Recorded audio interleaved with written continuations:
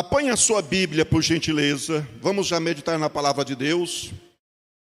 Abra ela na carta do apóstolo Paulo à igreja aos Romanos, ou Romanos. Então, nós vamos abrir a nossa Bíblia em Aos Romanos, no capítulo 8.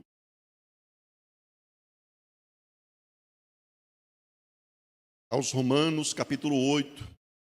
Quem está nos acompanhando aí também nas mídias sociais, apanhe a sua Bíblia, seja física mesmo, né, no papel, seja aí através do aplicativo, as versões de Bíblias, também em software, né, em aplicativos.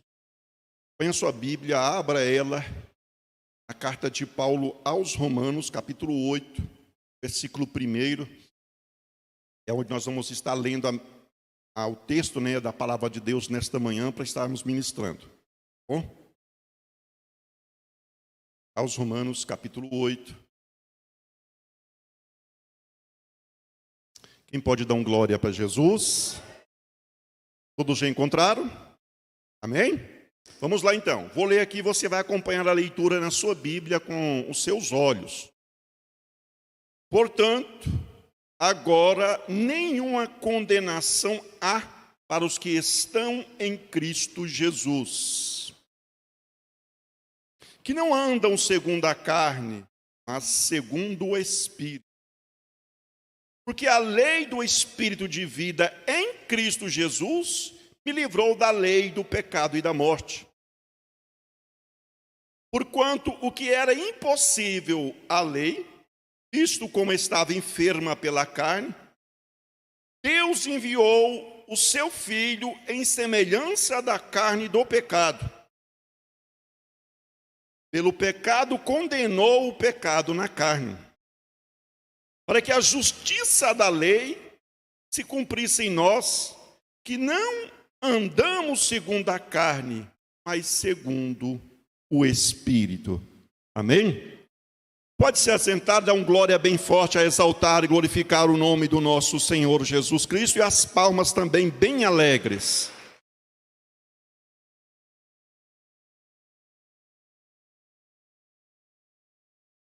Bom, irmãos, nós vamos ser breve na ministração, mas o suficiente para que o Espírito Santo tenha a liberdade de falar em cada coração nesta manhã. O texto que nós lemos faz parte desta carta, cujo autor é o apóstolo Paulo.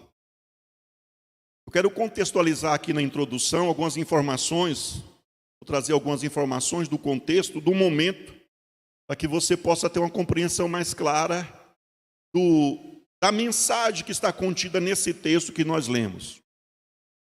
O apóstolo Paulo, ele se encontrava na cidade de Corinto.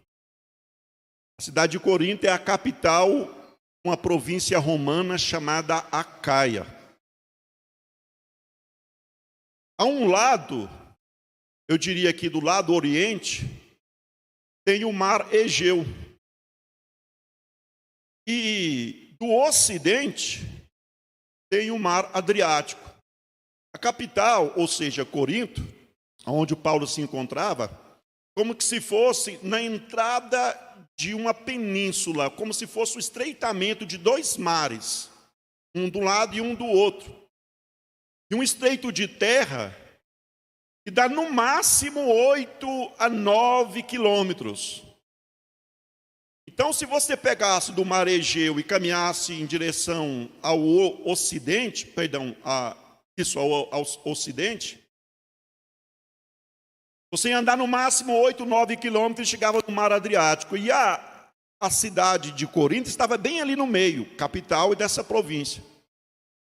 Paulo, então, na sua viagem missionária, passando por essa cidade, ele ia logo após sair de Corinto para a cidade para a cidade de Jerusalém.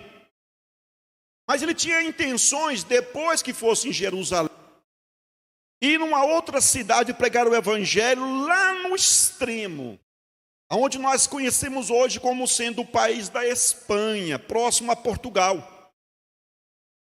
Aí tinha uma cidade chamada Tarsis,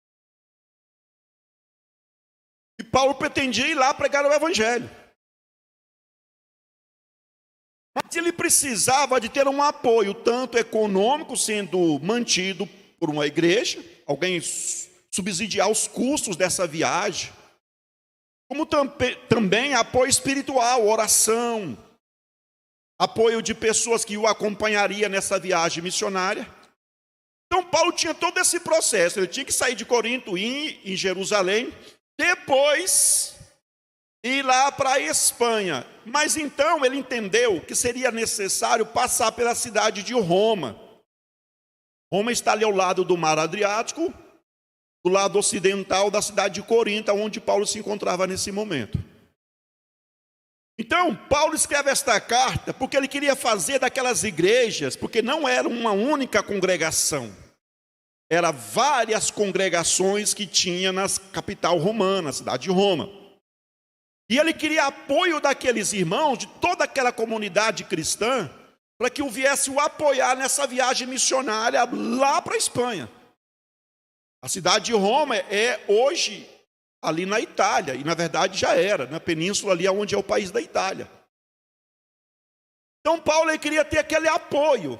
E Paulo tinha informações que lá nas igrejas de Roma tinha alguns probleminhas dentro da igreja. Então ele querendo defender a sua autoridade de apóstolo, visto que até aquele momento ele nunca tinha visitado as igrejas da cidade de Roma. Ele ouvia falar que ali tinha servos de Deus, mas ele não conhecia pessoalmente. Mas ele conhecia algumas pessoas que ali moravam. Já tinha cruzado com o apóstolo em outras oportunidades. Então Paulo envia aquela carta dizendo para aqueles irmãos daquela igreja a sua autoridade, que ele era apóstolo, que ele pretendia fazer essa viagem missionária, que ele contava com as orações, com o apoio da igreja de Roma. Mas ele também tinha informações de alguns problemas que tinha naquela igreja. Como um apóstolo e um defensor do evangelho, ele tinha que trazer instruções, orientação. Preste atenção, irmãos. Todo pregador, todo servo de Deus, seja obreiro ou membro, que prega a palavra e ama as almas, ele tem interesse que as pessoas evangelizadas, as pessoas que estão aprendendo o evangelho, ou que faz parte da igreja, tenha cada vez mais conhecimento sobre Jesus Cristo. Porque quanto mais conhecimento, entendimento que você tem a respeito da fé cristã sobre Jesus, mais facilidade você tem de permanecer firme com Jesus e se livrar dos laços do diabo.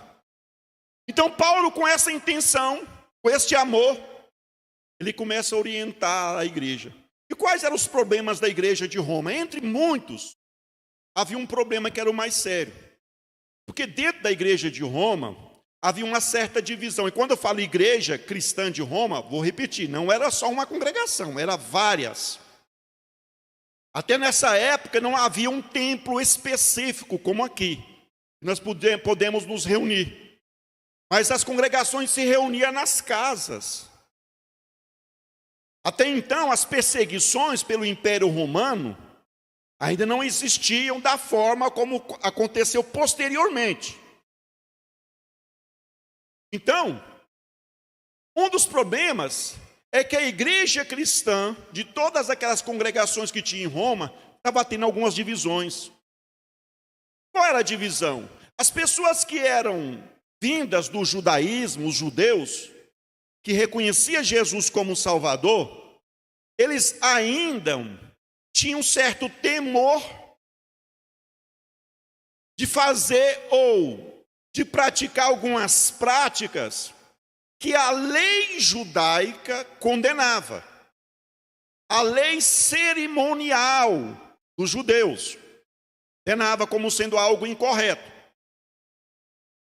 Eles que vinham do judaísmo, eram judeus, se convertia, eles aprendiam que aquelas leis cerimoniais já tinham se cumprido em Cristo.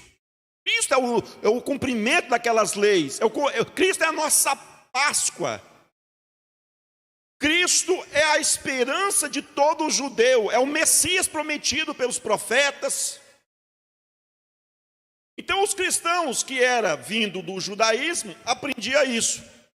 Só que eles tinham um certo receio. Exemplo, eles tinham receio de comer carne de porco, porque comer carne de porco, segundo, não só carne de porco, mas também de alguns outros animais, tem uma lista enorme. Segundo as leis cerimoniais dos judeus, aquelas carnes se comesse fazia com que a pessoa se tornasse imunda. A pessoa não poderia cultuar a Deus no templo. Ela tinha que fazer um ritual de purificação. Tinha todo um simbolismo. Então eles aprenderam isso lá no judaísmo. Aí eles tinham aquele receio que se comesse certas carnes desses animais, mesmo depois que descobriu a verdade que está em Cristo Jesus, estariam pecando. Eles tinham receio com relação a se ausentar das festas cerimoniais do judaísmo. Festas que eram nada mais do que encontros religiosos. Eles tinham aquele receio.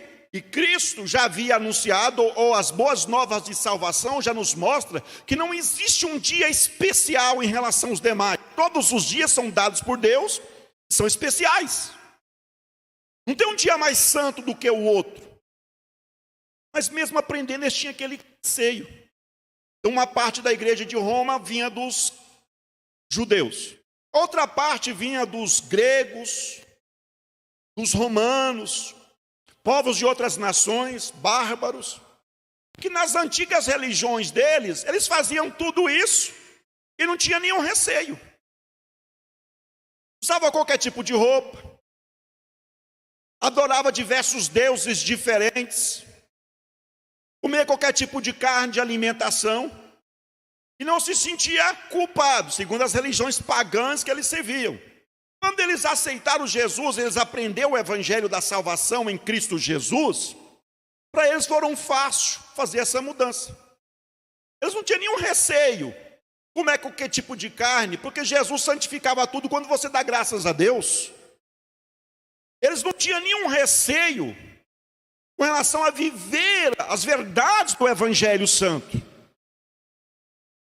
Aí aquela igreja tinha uma certa divisão. Tinha aquela parte que era dos crentes, que veio do judaísmo, que dizia que os crentes que veio do paganismo, era tudo uns crentes mundanos. Olha a quantidade de crente mundano que tem na igreja. Aqueles crentes que não comem carne, ou seja, que comem carnes de qualquer jeito. E havia aqueles crentes da igreja de Roma, que veio do paganismo, que dizia que os crentes que veio do paganismo era tudo crente salgado, crente sem conhecimento da Bíblia, eram uns coitadinhos, que não entendia a palavra de Deus correta, pois Jesus já tinha dito que estas leis cerimoniais haviam se cumprido nele, e que elas não tinham aquela importância de se praticar elas mais.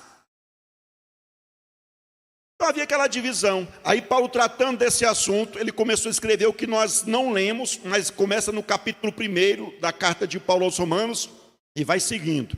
E Paulo começa a mostrar para aquela igreja, para os dois povos, que Jesus fez dos dois um povo só. A igreja, ela é composta de judeus, de gregos, de bárbaros, de gentios. Para Jesus, a igreja é um povo único, é um povo que, quando aceitou Jesus, passou a ser cidadão do reino dos céus, cujo rei é o próprio Senhor Jesus Cristo. Então, Paulo vai descrevendo isso, mas ele vai trazendo informações importantíssimas a respeito da graça de Deus. E ele começa a mostrar isso para aquela igreja, dizendo e provando, com a sua argumentação, que os homens não são salvos por ser merecedores da salvação. Os homens não são salvos porque pratica a justiça, alcança a justiça, o mérito de ser salvo, porque é uma pessoa que sempre faz a vontade de Deus e sempre fez a vontade de Deus pelos seus esforços. Paulo começa a mostrar para eles que esse tipo de justiça é impossível de se alcançar, pois esta era a justiça que os judeus tentavam encontrar na lei, nos mandamentos da lei de Moisés. E a própria lei de Moisés dizia que maldito é todo homem que não praticar todos os mandamentos. Ou seja, se alguém obedecesse 99% dos mandamentos e errasse um único, mesmo assim ela estaria condenada à perdição eterna, ao fogo do inferno. Então Paulo foi mostrando que a lei foi necessária até Jesus vir para guardar o povo. Ele descreve dizendo que era um tutor, alguém que guarda, alguém que dá uma educação, alguém que protege, que tem uma certa responsabilidade sobre uma pessoa menor de idade, que ainda não é responsável dos seus atos por não ter capacitação de si própria, de ser responsável pelos seus atos. Então a lei tinha essa característica sobre o povo de Israel. Mas quando Jesus veio, ele já anunciou as boas novas, a salvação pela graça. Então Paulo estava mostrando que a justiça de Deus, que é a justiça correta, é aquela justiça que você não conquista com seus esforços, mas Deus te dá de graça. Deus te faz salvo pelos méritos de Jesus Cristo, não os nossos méritos. Tendo dito isto, aí nós chegamos aqui no capítulo 8, quando Paulo diz o seguinte: depois de ter falado que o homem nasce em pecado, nada que o ser humano venha fazer consegue livrá-lo do destino da perdição eterna. E a pergunta aqui é esta: você sabia disso? Que todo ser humano já nasce desligado de Deus e condenado? Você sabia que as pessoas não nascem sendo filhas de Deus? Todos nós nascemos como criaturas de Deus. E só se tornamos filhos de Deus quando nós reconhecemos Jesus como Salvador. Nos tornamos filhos por adoção. Então Paulo, ele trata tudo isso nos capítulos anteriores. O homem já nasce condenado. O homem já nasce desligado. E o homem já nasce sentenciado à perdição eterna. Não só a morte física da matéria, mas a perdição de se ver longe de Deus, no lago de fogo e de enxofre, que é um simbolismo da perdição, eternamente. Todo ser humano já nasce com esse destino, sem exceção, desde os dias do Adão e Eva. Todos. E nada que o homem venha fazer pelos seus esforços pode mudar esse destino. Nada. Aí Paulo explica isso, que além do homem nascer nessa condição, ainda nasce com a maldição na vida dele, que a Bíblia dá um nome de pecado. A Bíblia fala que o pecado é como se fosse uma pessoa, personifica o pecado como sendo uma pessoa, que exerce domínio sobre todos os seres humanos, onde todos os seres humanos são escravos do pecado, nasce escravo do pecado. O pecado manda, desmanda. E as pessoas não têm autorização nem autoridade para contrapor, para desobedecer o pecado. Todos nós nascemos nessa condição. Quando nossa mãe nos deu a luz, nós somos concebidos em pecado, desse jeitinho que eu estou descrevendo para vocês, que é isso que a palavra de Deus ensina. Todos vêm dessa forma ao mundo. Então Paulo está mostrando, ele mostra que esse pecado que nasce ou que se manifesta na vida de todo ser humano, ele sempre vai incentivar o homem e a mulher a escolher errado moralmente. Sempre vai incentivar o homem a pender para aquilo que é desagradável a Deus.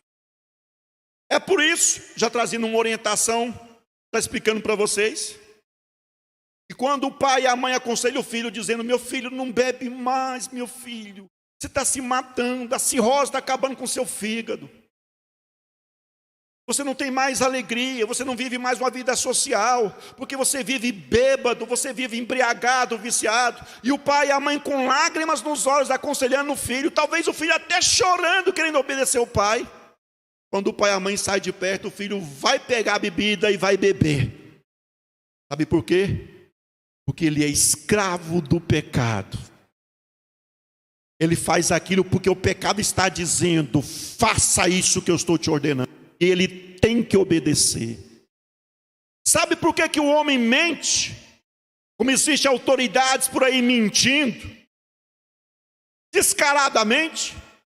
Porque são escravos do pecado. Porque nasceram em pecado. E se continua como escravos do pecado. O pecado manda e desmanda. E a pessoa, por mais que tenha qualidades positivas, mas ela ainda é alguém que nasceu pendendo para o lado do pecado, nas suas escolhas moralmente. Essa condição de todo ser humano, e Paulo trata a esse respeito nos capítulos anteriores que nós não lemos. Mas Paulo também fala que quando Jesus veio, Jesus morreu. E quando Jesus morreu, ele morreu no lugar de todo ser humano. Jesus morreu no lugar de todas as pessoas.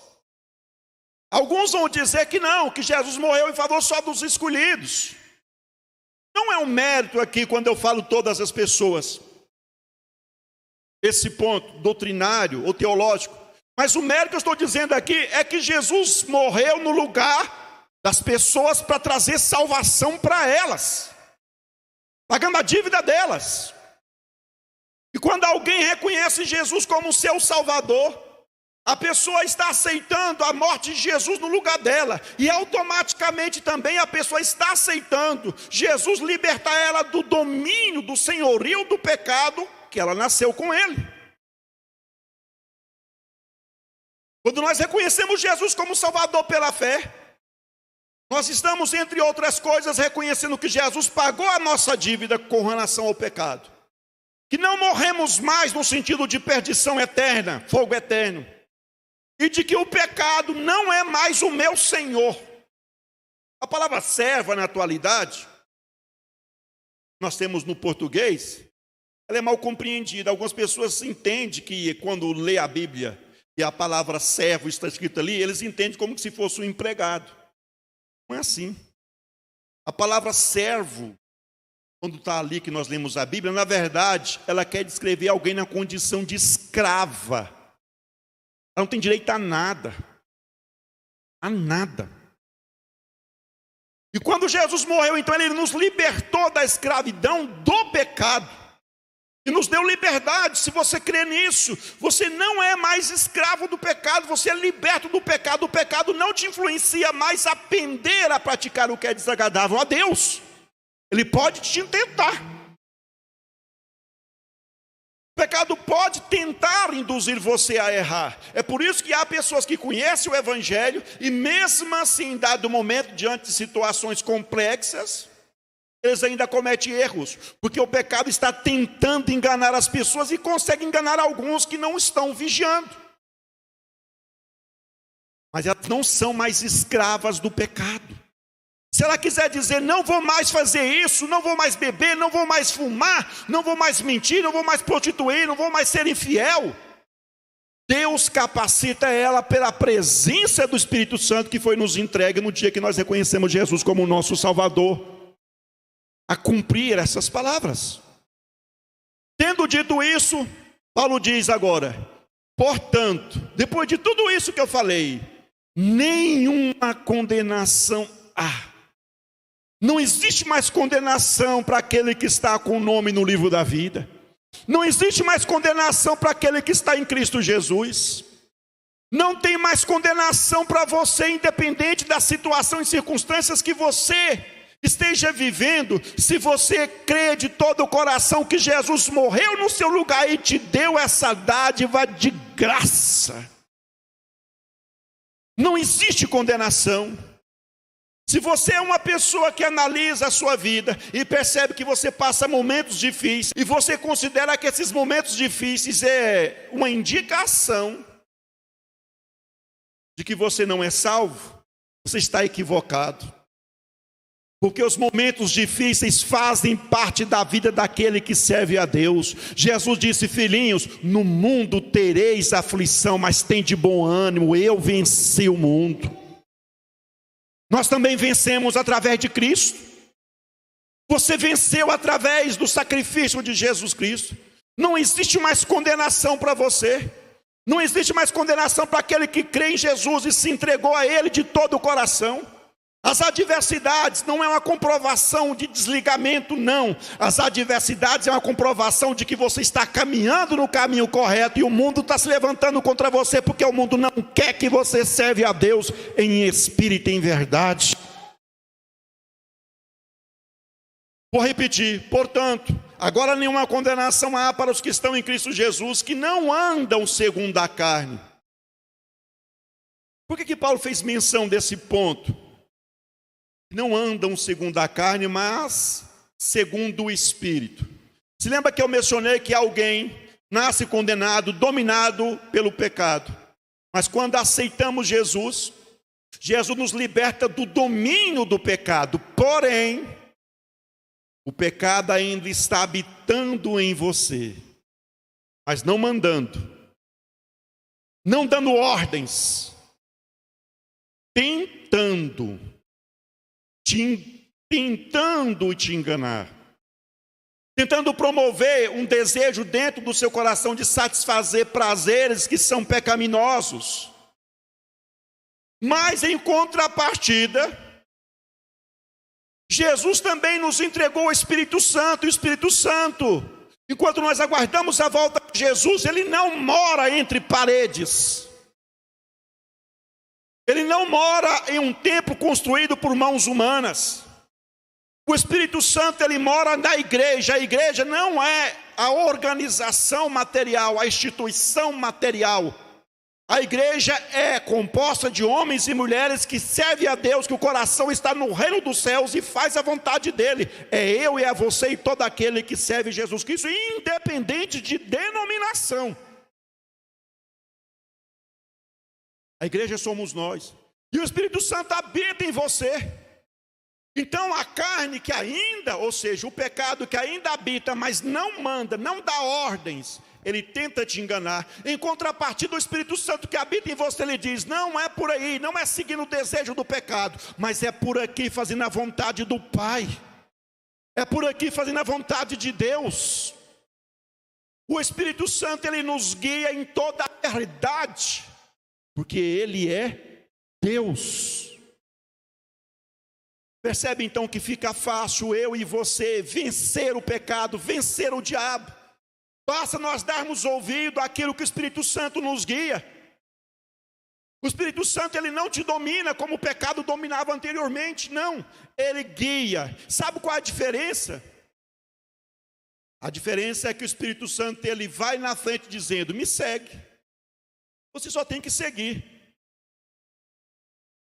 Há pessoas que querem que Deus venha mostrar para elas, passo a passo, antecipadamente, como que será a vida dela no dia da manhã. Mas esse pensamento, ele é um pouco equivocado. Esse desejo está em contraste com a palavra de Deus. O certo é você não questionar o porquê que você está vivendo o que você está vivendo. O certo é você, no meio do que você está vivendo, não importa se é com um sorriso ou com lágrimas, seguir a orientação do Espírito Santo, que está sempre te guiando em fazer a vontade de Deus e permanecer segundo a vontade de Deus e ser fiel a Deus. Louvado é o nome de Jesus. O certo é você sempre estar dando ouvido, e o Espírito Santo, ele sempre vai te guiar, como aqui agora nesta manhã, quando você está aqui me ouvindo esta palavra, ou ouvindo esta palavra. Ele guia os seres humanos, os servos de Deus, através daquilo que eles aprendem da vontade de Deus, da palavra de Deus que está aqui. E você está ouvindo ela, seja presente ou seja aí distante, pelas mídias sociais. O Espírito Santo nos guia na verdade, na justiça, na pureza. E cabe a mim e a você que serve a Deus e quer ser salvo, seguir as orientações do Espírito Santo. E ao mesmo tempo que você segue as vontades e orientações do Espírito Santo, você vai contrariar alguém. Na verdade, são duas pessoas. Vamos colocar assim dessa forma.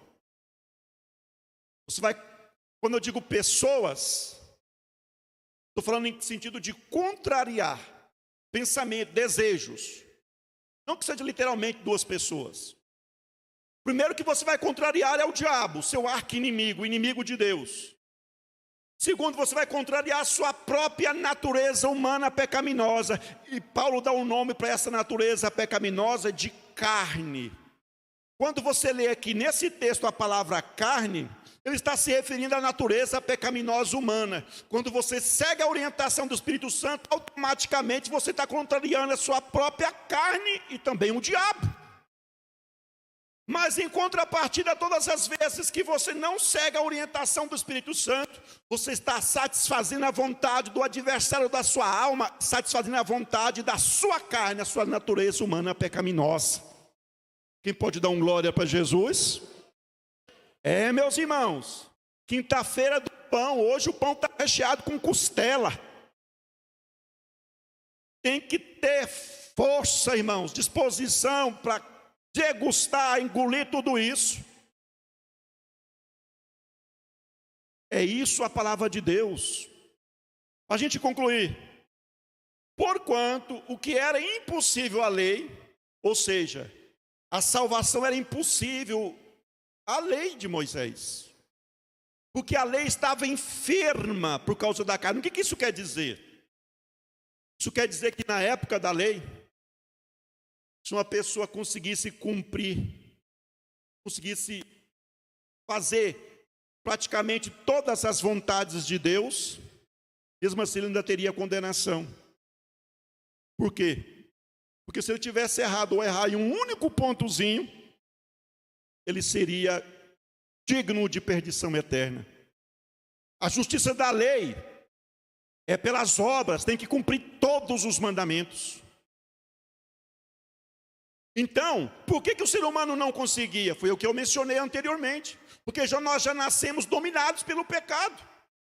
Se alguém conseguisse cumprir todos os mandamentos de Deus, antes de Jesus voltar, ou seja, antes de Jesus vir, antes de Jesus fazer o sacrifício, se alguém conseguisse pelos seus méritos fazer todos os mandamentos, ou cumprir todos os mandamentos, não precisaria de Jesus ter vindo no mundo e morrido no nosso lugar.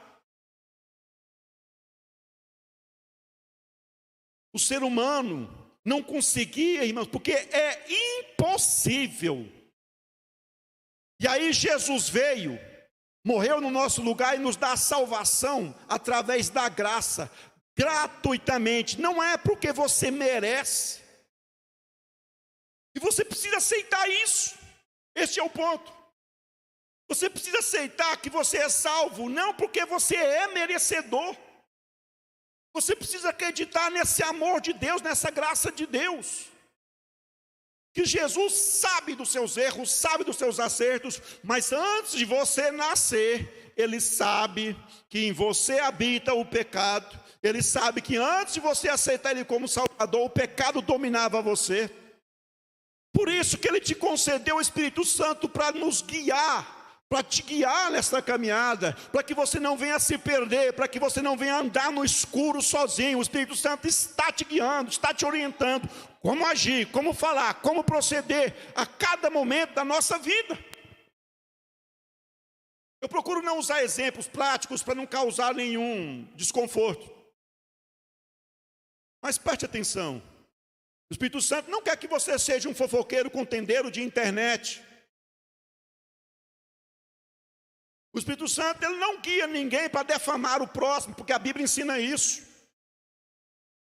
O Espírito Santo não guia ninguém para falar mal de pessoas, para defamar pessoas, nem para se levantar contra a pessoa sendo o suposto defensor da fé cristã. O Espírito Santo nos ensina a condenar o pecado e não o pecador. Não importa se a pessoa matou, roubou, prostituiu, mentiu, fez o que fez lá fora, chegou na igreja ou chegou na presença de alguém que anuncia o evangelho, você tem que receber com amor e anunciar o evangelho para a pessoa. Falar para ela que Jesus ama ela e respeitar a pessoa como ser humano. O Espírito Santo, meus irmãos, ele nos guia na verdade. E você precisa aceitar essa graça de Deus na sua vida. Você não é salvo pelos seus méritos. Você ainda falha. O que você precisa ter ciência é que no meio das suas falhas, se você se arrepender e pedir para Jesus perdoar, Ele vai te renovar. Agora tem um detalhe importantíssimo. Todo aquele que não procura seguir as orientações do Espírito Santo, que foi entregue para ele, na hora que ele reconheceu Jesus como um Salvador, toda pessoa que não se dispõe a seguir, mas ao contrário, prefere estar na prática do pecado, essa pessoa ainda está condenada. Olha o que diz aqui a palavra de Deus. Versículo 3. Porquanto o que era impossível à lei, visto como estava enferma pela carne, Deus, enviando o seu Filho em semelhança da carne de pecado, pelo pecado condenou o pecado na carne, para que a justiça da lei se cumprisse em nós, que não andamos segundo a carne. A justiça de Deus, ela se cumpre na vida do irmão, da irmã, que agora acredita que Jesus perdoou todos os pecados dele, que Jesus capacita ele para resistir contra o pecado. Ele não se submete ao pecado, ele resiste contra o pecado. Você que decide se abre a boca para pronunciar verdades ou mentiras. Você que decide se fica do lado do que é correto ou fica do lado do que é errado, simplesmente porque você está tendo um benefício próprio, está sendo subornado. Você que decide, irmãos, porque agora o pecado ele não domina, ele tenta. Mas o Espírito Santo ao mesmo tempo está dizendo, olha, a vontade de Deus é essa. A vontade de Deus é que você vive separado do sistema pecaminoso do mundo. Santificação, que inclusive foi Jesus que realizou. A vontade de Deus é que você seja um homem e uma mulher cheio do Espírito Santo. E para ser cheio do Espírito Santo, meus irmãos, é ser completamente suscetível, completamente, eu diria, submisso as orientações do Espírito Santo. Isso é ser cheio do Espírito Santo, é ser completamente guiado pela vontade do Espírito Santo e não pela sua própria vontade. Ser cheio do Espírito Santo é ser completamente disposto a seguir toda e qualquer orientação do Espírito Santo. E isso faz do homem e da mulher que age desta forma uma pessoa cheia de bênçãos da parte de Deus. Quem quer vencer o mundo e o pecado, precisa entender que não existe mais condenação sobre você. Jesus eliminou ela. Mas o Espírito Santo está te guiando na verdade e na justiça. Quem pode dar um glória para Jesus? Isso é válido para toda pessoa, independente do que ela fez ou deixou de fazer. Se reconhecer Jesus como Salvador, Ele te perdoa.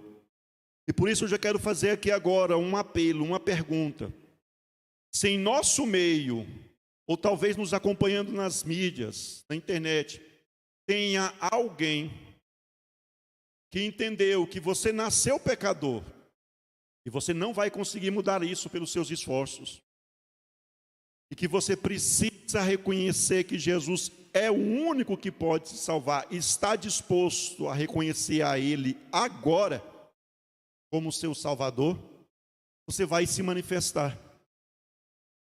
Aqui presente conosco, se alguém quer reconhecer que Jesus é o seu Salvador, e Ele vai perdoar todos os seus pecados cometidos, vai te entregar o Espírito Santo para habitar em você, e te garantir uma moradia eterna. Se você quer tomar essa decisão agora, você vai fazer assim um gesto com as suas mãos. Aí aonde você se encontra? Aceitando Jesus como Salvador. Se você está nos acompanhando pelas mídias, aí na sua casa, você está tomando essa decisão, no rodapé do vídeo, nos comentários, aí no chat, você vai escrever o seu nome e dizer que você está aceitando Jesus. Aí nos comentários, ou seja, abaixo do nosso vídeo, tem algumas informações como número de contato para as pessoas que aceitaram Jesus entrar em contato conosco, a central de apoio aos recém-convertidos, dizendo o seu nome, dizendo aonde você está falando, o seu número de telefone, e o pessoal da equipe de apoio vai retornar esse contato e vai te trazer mais informações. Para você que está nesse momento nos acompanhando e está aceitando Jesus como Salvador. Aqui em nosso meio, para frisar, ficar bem claro, tem alguém que quer tomar essa decisão nesta manhã? Faça assim com as suas mãos. Todos já são servos de Deus, todos já se entregaram a Jesus. Deus seja louvado por isso. Fica de pé em nome de Jesus. Quero orar por vocês, orar em favor dos nossos internautas. Que a graça de Deus seja em abundância na sua vida. Feche os seus olhos. Senhor meu Deus e eterno Pai, te damos graças nesse momento, meu Deus, por estas oportunidades, de estar aqui compartilhando essa graça que o Senhor tem nos dado de receber a Tua palavra. Que esta palavra, meu Pai, seja gravada no íntimo de cada coração e abençoando cada uma dessas vidas. Abençoa aqueles que estão reconhecendo a Ti, Jesus, como um Salvador. Fortalece-os na Tua presença. Traga para cada um deles, meu Pai, o Seu renovo.